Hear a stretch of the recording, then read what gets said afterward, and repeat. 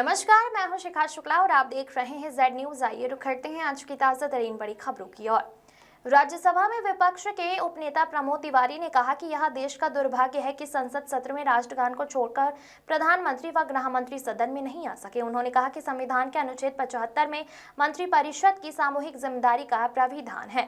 सांसद प्रमोद तिवारी ने कहा कि मोदी सरकार जनता तथा राष्ट्र से जुड़े मुद्दों पर संसद तक में जिम्मेदार नहीं हुई है। उन्होंने भाजपा वंदे मातरम को लेकर सोनिया गांधी पर घटिया व स्तरहीन और ओछा आरोप मढ़ने से बाज आए। उन्होंने कहा कि असलियत यह है कि जंतर मंतर पर पेपर लीक को लेकर वहां युवाओं पर पैलेट गन और लाठीचार्ज पर गिर गई।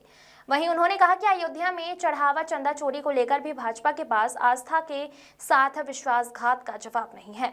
सांसद प्रमोद तिवारी ने कहा कि ऐसे में जब भाजपा चारों तरफ से घिरी हुई है, वह राष्ट्रगान, राष्ट्रगीत तथा राष्ट्रीय ध्वज पर भी राजनीति करने की हिमाकत पर आमादा दिखने लगी है। सोमवार को रामपुर खास विधानसभा क्षेत्र के दौरे पर प्रदेश कांग्रेस विधानमंडल दल की नेता आराधना मिश्रा ऊना के साथ लालगंज पहुंचे। सांसद प्रमोद तिवारी ने प्रेस वार्ता में पीएम मोदी पर राष्ट्रीय मुद्दों पर जवाबदेही के कतराने को लेकर तीखे हमले किए हैं। सांसद प्रमोद तिवारी ने कहा कि सदन में सोनिया गांधी के बगल उनकी सीट है। उन्होंने कहा कि 17 साल के समय सोनिया गांधी ने वंदे मातरम को पूरा सम्मान दिया था। सांसद प्रमोद तिवारी ने यह भी दावा जताया है कि उपराष्ट्रपति के साथ 17 साल के बाद शिष्टाचार भेंट समय स्वयं सोनिया गांधी ने संसदीय कार्यमंत्री किरण रिजिजू की वंदे मातरम को लेकर सराहनीय की थी। सांसद प्रमोद तिवारी ने केंद्रीय गृह मंत्री अमित शाह के ताजा बयान पर पलटवार करते हुए कहा कि शर्म तो भाजपा को आना चाहिए कि सोनिया गांधी उनके मंत्री की प्रशंसा कर रही हैं और भाजपा ओछे आरोप लगा रही है। स्वाधीनता दिवस समारोह में लोकसभा में विपक्ष के नेता राहुल गांधी तथा राज्यसभा में विपक्ष के नेता मल्लिकार्जुन खड़गे की सहभागिता को लेकर सवाल के जवाब में सांसद प्रमोद तिवारी ने कहा कि पिछले स्वाधीनता दिवस समारोह में मोदी सरकार कुंठित राजनीतिक सोच के चलते विपक्ष के नेताओं के प्रोटोकॉल और मर्यादा तक का ख्याल नहीं रख सकी थी। वार्ता के दौरान कांग्रेस विधानमंडल दल की नेता आराधना मिश्रा ऊना ने भी भाजपा सरकार पर युवाओं तथा महिलाओं व किसानों के हितों तथा अधिकारों को लेकर असफलता के तीखे आरोप लगाए। सीएलपी नेता मोना ने कहा कि यूपी विधानसभा का सत्र विधायी परंपरा के विपरीत सरकार की हट धार्मिकता की भेंट चढ़ गया। उन्होंने कहा कि ऐसे में विपक्ष के जनहित तथा असल मुद्दों के सवालों से सरकार जवाब देने की जगह पीछे हट गई। Bureau report. ये चाहे चंदा चोरी, महंगाई, भ्रष्टाचार और ये जो नौजवान नाराजगी, जनजी जो नाराजगी, तय शुदा है कि भारतीय जनता पार्टी 100 सीट नहीं पाएगी। वो तो सीटें बता, युवा ही उनको जिताता। देश का इतिहास साक्षी है कि भाजपा कभी इसके खिलाफ आंधी नहीं चलती। भाजपा को हमने सत्ता में जाते 93 में देखा है, मैंने इसे सत्ता में जाते हुए 2002 में देखा है, सारी चीज़ें देखी।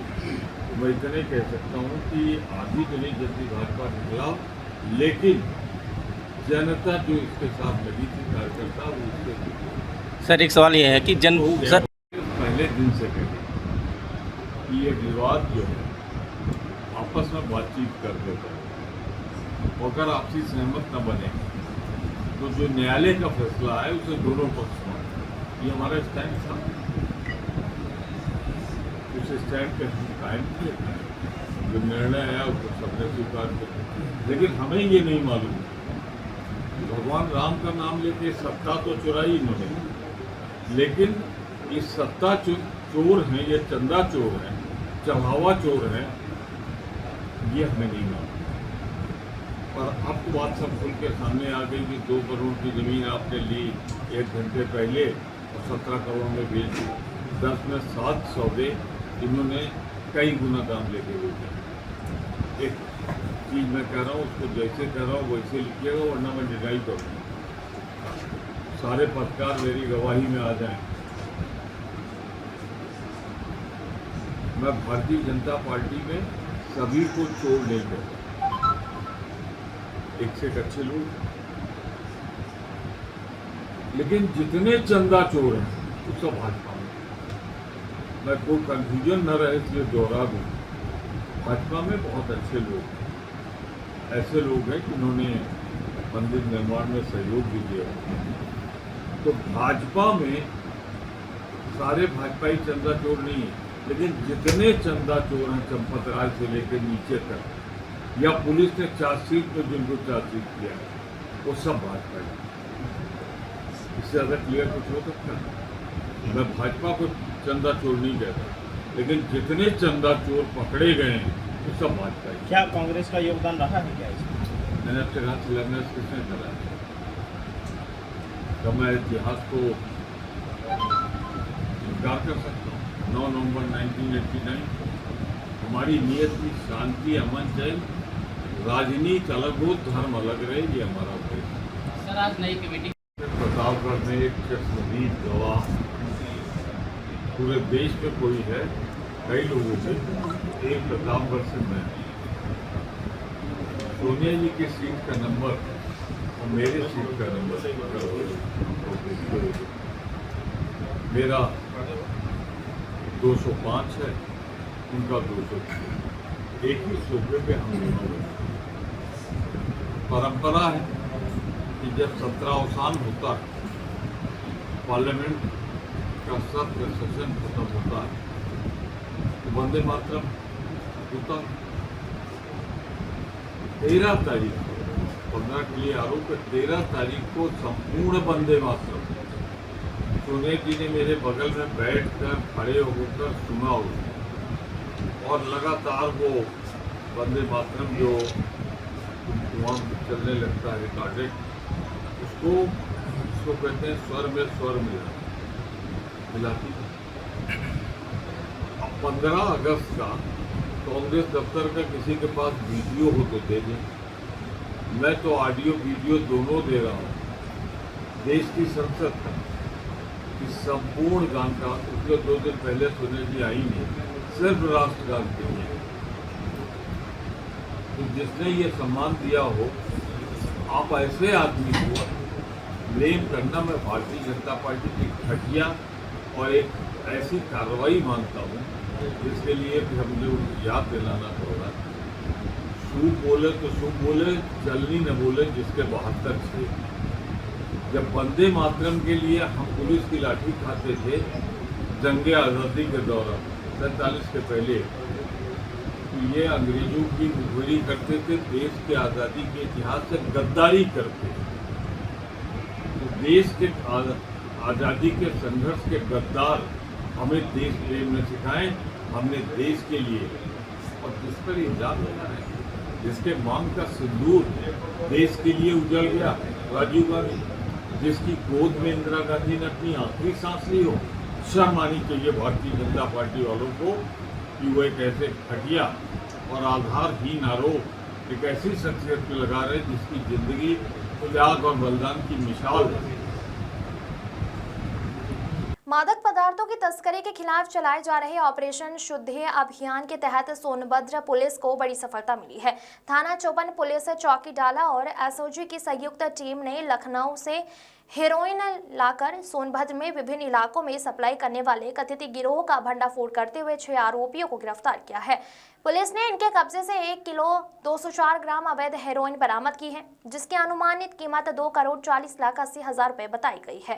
पुलिस के अनुसार 17 अगस्त को बस कटवर रेलवे ब्रिज के पास संदिग्ध वाहनों की चेकिंग की जा रही थी। इसी दौरान मुखबिर से सूचना मिली कि रॉबर्ट्सगंज की ओर से 2 वाहनों में हेरोइन तस्कर मादक पदार्थ लेकर आ रहे हैं। सूचना पर पुलिस टीम ने घेराबंदी कर क्रेटा और थार को रोककर तलाशी ली। तलाशी के दौरान थार से 696 ग्राम और क्रेटा से 508 ग्राम कुल 1 किलो 204 ग्राम हेरोइन बरामद हुई है।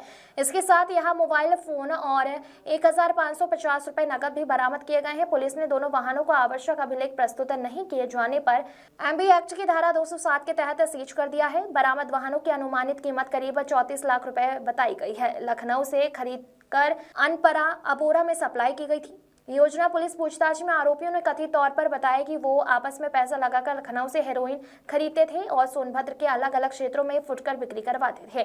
बरामद खेब को अनपरा और अबोरा क्षेत्र में खपाने की योजना थी। पूछताछ में सामने आए एक अन्य आरोपी दीपक साहू को भी पुलिस ने गिरफ्तार किया है, जिस पर अनपरा क्षेत्र में फुटकर हेरोइन बेचने का आरोप है। गिरफ्तार आरोपियों से सुधीर कुमार उर्फ छोटू और सूरज उर्फ अभिषेक के खिलाफ एनडीपीएस एक्ट के तहत मुकदमे दर्ज हैं और वहीं अन्य आरोपियों के खिलाफ भी पूर्व में भी विभिन्न धाराओं में मामला दर्ज होने की जानकारी पुलिस ने दी है। बरामदगी की कुल अनुमानित कीमत करीब 2,75,00,000 रुपए बताई गई है। सोनभद्र पुलिस ने मादक पदार्थों की तस्करी और अवैध कारोबार के खिलाफ अभियान आगे भी जारी रखने की बात कही है। Bureau report. जनपद सोनभद्र पुलिस द्वारा मादक पदार्थ तस्करी के विरुद्ध एक अभियान ऑपरेशन शुद्धि शुरू किया गया है। इसके तहत जो ऑर्गेनाइज्ड सिंडिकेट्स हैं जो एनडीपीएस सब्सटेंसेस की बिक्री में इन्वॉल्व है, उनके खिलाफ संगठनात्मक तरीके से कार्रवाई की जा रही है। इसमें अभी जो पुलिस ने अरेस्टिंग की है और बरामदगी की है, उसमें लगभग 6 लोग गिरफ्तार हुए हैं, जिनमें जो मुख्य अभियुक्त आयुष जायसवाल, धर्मवीर, सुधीर, सूरज, जितेंद्र, दीपक, ये ज़्यादातर एक ही थाना क्षेत्र और एक ही डाला चौकी क्षेत्र के रहने वाले हैं।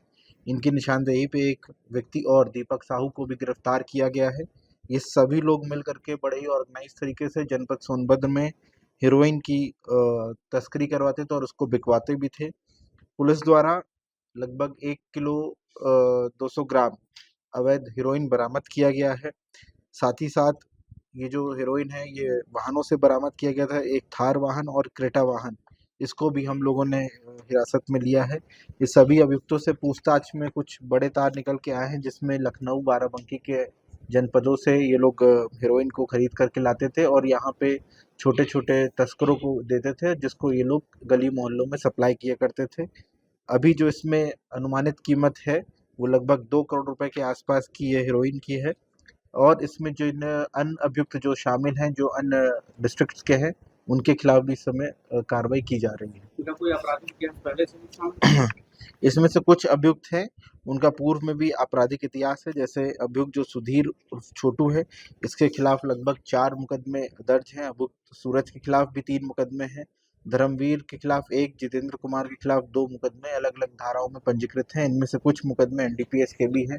ये जो सभी अभियुक्तों हैं, इनके खिलाफ 68F पिट एनडीपीएस और गैंगस्टर एक्ट लगा करके कार्रवाई की जाएगी। जो इनकी बैकबोन है, फाइनेंशियल लिंकेज एनालिसिस करके उस पर भी प्रहार किया जाएगा और इनके बैंक अकाउंट वगैरह को भी सीज कराया जाएगा। ये सर पहले भी सब यहाँ आए हैं या फिर पहली बार ही यहाँ पे? नहीं, ये पहले भी यहाँ पे कर चुके हैं। इस बार जो पुलिस को सूचना मिली थी कि कुछ बड़ी खेप यहाँ पे आ रखी, जिसको ये लोग छोटे छोटे पुड़ियों में बांटना चाहते थे, उस पे ही प्रहार करते हुए इन सभी को गिरफ्तार किया गया। जनपदों में भी सिंडिकेट है इनका? इनके कुछ तार निकल के आए हैं, जैसा कि मैंने बताया, बाराबंकी और लखनऊ के आसपास से ये लोग लेते थे और तस्करी हमारे और मिर्जापुर और आसपास के जनपदों में की जाती थी। लाजवाब टेस्टी मसाले, राजेश मसाले। क्या चटपटा है राजेश मसाला? ट्राई करिए। अच्छा, राजेश मसाले। क्या? अरे हटा, कभी हटा। पेट सफा खा, पलंग पे लेट के सो जा। अंकल हो या आंटी, पेट की बजेगी सुबह घंटी। ट्रिंग ट्रिंग, तुरंत खा के कंडीशन पलट ले। कब को बोल, कट ले, फुट ले, वट ले, निकल ले, समझा क्या? पेट सफा 16 खास आयुर्वेदिक जड़ी बूटियों से बनेला है, जो पहली रात से ये असर दिखाता है। पेट सफा, हर रोग दफा, समझा क्या? उन्नाव के बीघापुर तहसील में सोमवार को संपूर्ण समाधान दिवस का आयोजन किया गया। जिलाधिकारी घनश्याम मीना की अध्यक्षता और पुलिस अधीक्षक जयप्रकाश सिंह की मौजूदगी में अधिकारियों ने फरियादियों की समस्याएं सुनी। जिलाधिकारी ने राजस्व, पुलिस, विद्युत, विकास, समाज कल्याण समेत विभिन्न विभागों से जुड़ी शिकायतों को गंभीरता से लेते हुए अधिकारियों को समयबद्ध और गुणवत्तापूर्ण निस्तारण के निर्देश दिए। उन्होंने स्पष्ट कहा है कि शिकायतों के निस्तारण में किसी भी तरह की लापरवाही बर्दाश्त नहीं की जाएगी। भूमि विवाद, पैमाइश और अवैध कब्जे से जुड़े मामले में डीएम ने पुलिस व राजस्व विभाग की संयुक्त टीम गठित कर मौके पर जांच कराने और नियमानुसार कार्रवाई के निर्देश दिए। संपूर्ण समाधान दिवस में कुल 85 शिकायतें प्राप्त हुई, जिनमें 5 शिकायतों का मौके पर ही निस्तारण किया गया। शेष शिकायतों के शीघ्र समाधान के लिए संबंधित अधिकारियों को निर्देशित किया गया। उमेश द्विवेदी की रिपोर्ट।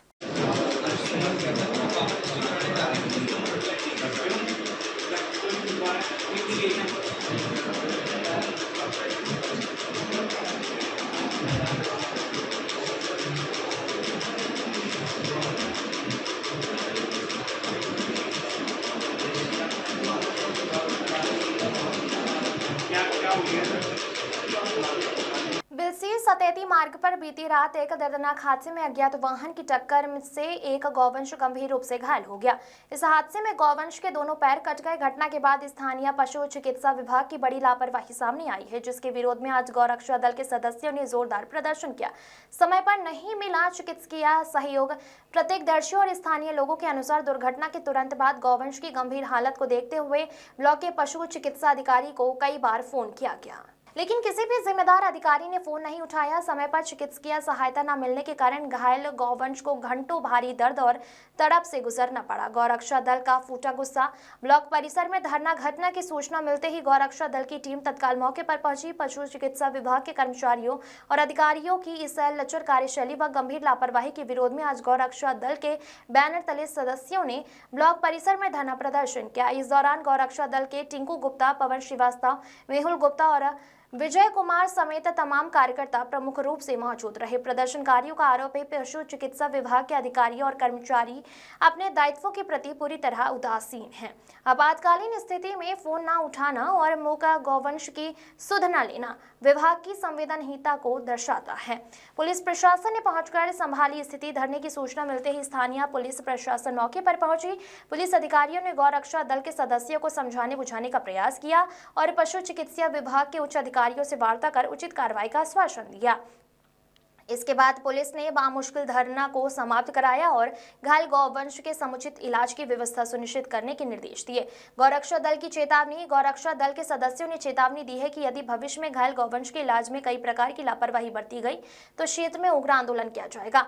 इस घटना ने एक बार फिर प्रशासनिक व्यवस्था और पशु चिकित्सा विभाग की कार्यप्रणाली पर गंभीर सवाल खड़े कर दिए हैं। नीतीश माहेश्वरी की रिपोर्ट। चुने हुए इंग्रेडिएंट्स और फाइनेस्ट ग्रेडिंग से बनते हैं लाजवाब टेस्टी मसाले, राजेश मसाले। क्या चटपटा है राजेश मसाला? ट्राई करिए। अच्छा, राजेश मसाले। अब से क्या? अरे हटा, कभी हटा। पेट सफा खा, पलंग पे लेट के सो जा। अंकल हो या आंटी, पेट की बजेगी सुबह घंटी। ट्रिंग ट्रिंग तुरंत खा के कंडीशन पलट ले। कब्ज को बोल कटले फुटले वटले निकल ले, समझा क्या? पेट सफा 16 खास आयुर्वेदिक जड़ी बूटियों से बनेला है जो पहली रात से ये असर दिखाता है। पेट सफा हर रोग दफा, समझा क्या? जब अधिकारी समाधान दिवस में लोगों की जन शिकायतों को सुन रहे थे, तभी तहसील परिसर में बनी पानी की टंकी पर एक महिला चलकर आत्महत्या की धमकी देने लगी। देखते ही देखते वहां पर लोगों की भीड़ इकट्ठा हो गई और मौके पर अधिकारी और बाहरी पुलिस भी मौजूद थी। लोगों और पुलिस के समझाने के बाद वहां महिला नीचे उतर आई। वहीं महिला का आरोप है कि वर्षों से वह न्याय की गुहार अधिकारियों से लगा रही है, लेकिन उसको इंसाफ नहीं मिला। इसीलिए परेशान होकर वह आत्मदाह करने के लिए पानी की टंकी पर चढ़ी थी। वहीं पीड़िता का कहना है कि बड़ी बहन इंदिरा देवी की मौत 2024 में हो चुकी थी। आरोप है कि इसके बावजूद आरोपियों ने 2026 में मृत बहन का फर्जी अंगूठा और झूठे कागज लगाकर कोर्ट के जरिए जमीन अपने नाम दर्ज करा ली। पीड़ित महिला का कहना है कि अधिकारियों ने उसे मदद और दोषियों के ऊपर कार्रवाई का आश्वासन दिया है। बरेली से विशाल की रिपोर्ट। मैडम, आप तहसील आई थी आज समाधान दिवस में और टंकी के ऊपर चढ़ी थी, क्या मामला है पूरा बताइए। ये मामला ये है कि मेरे साथ अन्याय हुआ है और मेरा सीधा सा एक सवाल है कि एक मृत महिला के नाम से, जो महिला 2 साल पहले मर चुकी है, उसके नाम से नामांतरण कैसे हो गया, मेरा ये सवाल है। और जब इसकी जानकारी मुझे हुई तो मैं तहसीलदार साहब के पास शिकायत लेके आई, तो तहसीलदार साहब तो मानने को तैयार ही नहीं है, मृत को मृत मानने को तैयार नहीं है। और मैं ये सिर्फ ऐसे ही नहीं बोल रही हूँ, मेरे पास सारे एविडेंस हैं, उनका मृत्यु प्रमाण पत्र है, सारे एविडेंस मैं दे रही हूँ, फिर भी मेरी कहीं नहीं सुनी जा रही है। और मैं सारे अधिकारियों के पास अपना प्रार्थना पत्र दे चुकी हूँ, लेकिन कोई सुनने को तैयार नहीं है, कोई इन अपराधियों के ऊपर कार्रवाई करने को तैयार नहीं है।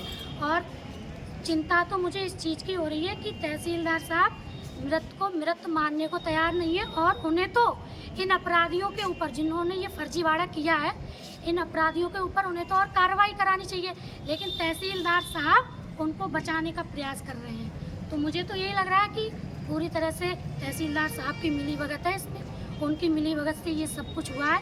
और उसमें आप देखिए आदेश जो हुआ है इंदिरा देवी के नाम से, ये इंदिरा देवी मेरी बड़ी बहन है। इनकी मृत्यु 2024 में हो चुकी है और 2026 में आवेदन में जो उनके अंगूठे का निशान है, मेरी नज़र में ये तो एक गंभीर अपराध है। तो इस अपराध के लिए इन अपराधियों पर कोई कार्रवाई क्यों नहीं हो रही है? वो खुलेआम घूम रहे हैं, उन्हें किसी बात का डर ही नहीं है, क्योंकि वो पैसा भर रहे हैं ना हर जगह। आज मेरे पास पैसा नहीं है। कौन लोग हैं जो बता रही ये हैं? लोग हैं, ये एक पोशाकी लाल हैं और एक गंगाधर हैं। ये इन्होंने ये कहाँ सब के मिलकर निवासी हैं ये? फर्जीवाड़ा किया है जी। कहाँ रहते हैं? ये पोशाकी लाल जो हैं ये बरेली रहते हैं, कैंट में भरतौल। और ये गंगाधर हैं, ये पड़ोस में झाजूनगर में रहते हैं। ये मेरे मामा जी लगते हैं। इन लोगों ने मिलके ये सब फर्जीवाड़ा किया है। अब आपने जो मतलब एडीएम साहब ने जो आपको आश्वासन दिया है, क्या दिया है? आश्वासन तो दिया है उन्होंने, देखिए आगे क्या होता है, लेकिन मुझे तो कोई उम्मीद नहीं है क्या होगा। बस मुझे इंसाफ चाहिए।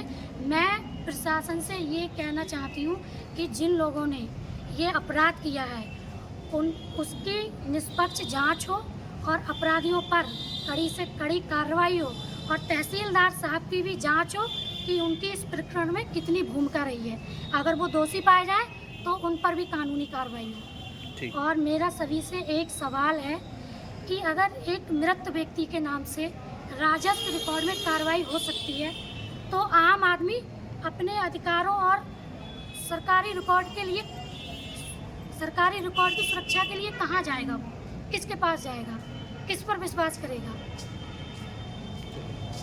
खबर प्रतापगढ़ से है, जहां कोहंगडौर थाना क्षेत्र के मदाफरपुर बाजार में मंगलवार को दिन दहाड़े पारिवारिक विवाद के चलते एक जीजा ने अपने साले को गोली मार दी।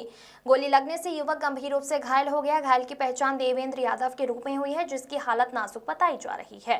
जानकारी के अनुसार देवेंद्र यादव मदाफरपुर बाजार में मेडिकल स्टोर चलाता है। मंगलवार को वह अपने मेडिकल स्टोर पर मौजूद था। इसी दौरान उसका जीजा वहां पहुंचा और किसी बात को लेकर विवाद के बाद उस पर गोली चला दी। गोली लगते ही बाजार में अफरा तफरी का माहौल बन गया। घटना के बाद आरोपी मौके से भागने का प्रयास करने लगा, लेकिन बाजार वासियों ने उसे पकड़ लिया और पुलिस के हवाले कर दिया। सूचना मिलते ही कोहंगडौर पुलिस मौके पर पहुंची और आरोपी को हिरासत में लेकर मामले की जाँच शुरू कर दी है। कोहंगडौर थाना प्रभारी अनुपम त्रिपाठी ने बताया कि युवक को गोली लगी है और उसकी हालत गंभीर है। घायल को उपचार के लिए जिला अस्पताल में भर्ती कराया गया है।